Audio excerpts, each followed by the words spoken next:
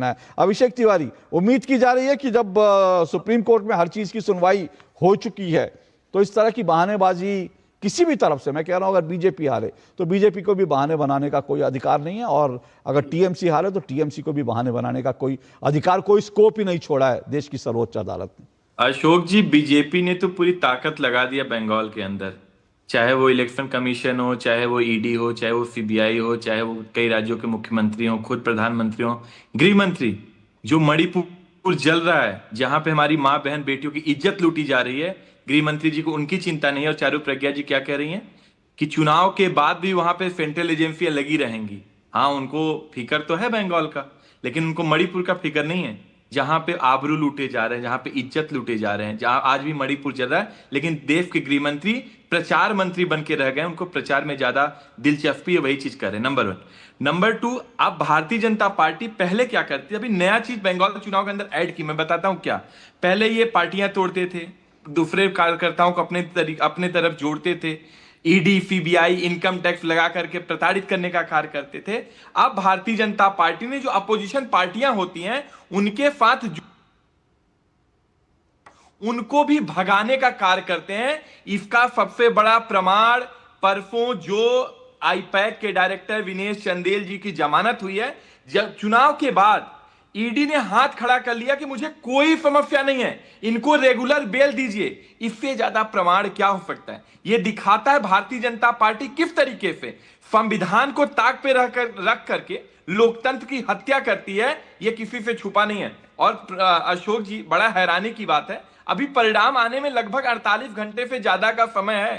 थोड़ा सा धैर्य रखें, इंतजार करिए। जिस तरीके से बैकग्राउंड आप लोग बना रहे हैं कि भारतीय जनता पार्टी, ऐसा लगता है चुनाव जीत गई है, माफ करिएगा, भारतीय जनता पार्टी का वहां सफाया होने जा रहा है। पिछली बारी से कम सीटें इस बार भारतीय जनता पार्टी जीत। अभिषेक जी सुनिए, और एक चीज और, हाँ, हम लोग टीएमसी जो भी करे चुनाव के बाद, मेरा मानना है कि वो जो भी दिक्कतें अभी हम लोग बता रहे हैं वो आगे भी बताएंगे। लेकिन भारतीय जनता पार्टी अगर ये हार जाती है तो क्या देश के प्रधानमंत्री जो 294 विधानसभा सीटों पे अकेले चुनाव लड़ रहे थे, क्या वो इस्तीफा देंगे?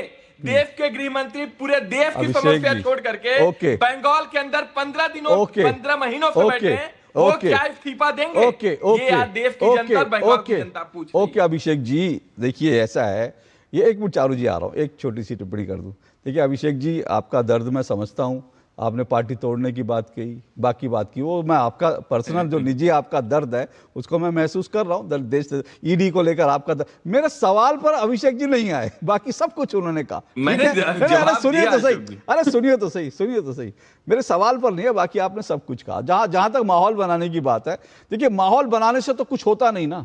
अगर हम कह देंगे लोगों ने अपना फैसला दे दिया है, हम जो माहौल अभी जो बन रहा है वो दो कारण से बन रहा है। एक एग्जिट पोल, और ऐसा नहीं है पहली बार हो रहा है, हर बार चुनाव के बाद एग्जिट पोल को लेकर बहुत कुछ कहा सुना जाता है, तो माहौल बनता ही है देश में चर्चा होती है, डेमोक्रेसी आपको अपने, तो हमारे माहौल बनाने से ऐसा नहीं है कि जो लोगों ने वोट दिया वो वोट पलट जाएगा, उससे कुछ नहीं होने वाला। तो माहौल बना, और दूसरा माहौल जो बन रहा है वो सिर्फ इसलिए क्योंकि मैंने अपने राजनीतिक करियर में, और मैं यहां पे जितने लोग हैं, मेरे ख्याल से एहतशामुल जी को छोड़ करके यहां पर बाकी जितने लोग हैं, मेरा उन सबसे अनुभव, राजनीतिक जो चीजों पर रिपोर्टिंग करने का अनुभव आप सबसे ज्यादा है। और मैं आपको दावे से कह रहा हूं, ममता बनर्जी जैसी लीडर को पिछले 30 साल में मैंने आज तक इतना पैनिक में नहीं देखा जितना आज मैं देखा। यही बोल रही थी, मैंने आज तक नहीं देखा। और ये माहौल ममता बनर्जी खुद बना रही हैं। और अभी एक मिनट, और आप तो बात कर रहे हैं ना, अभी चारू जी ने कुछ कहा, मैंने आज तक ममता बनर्जी को मतदान खत्म होने के बाद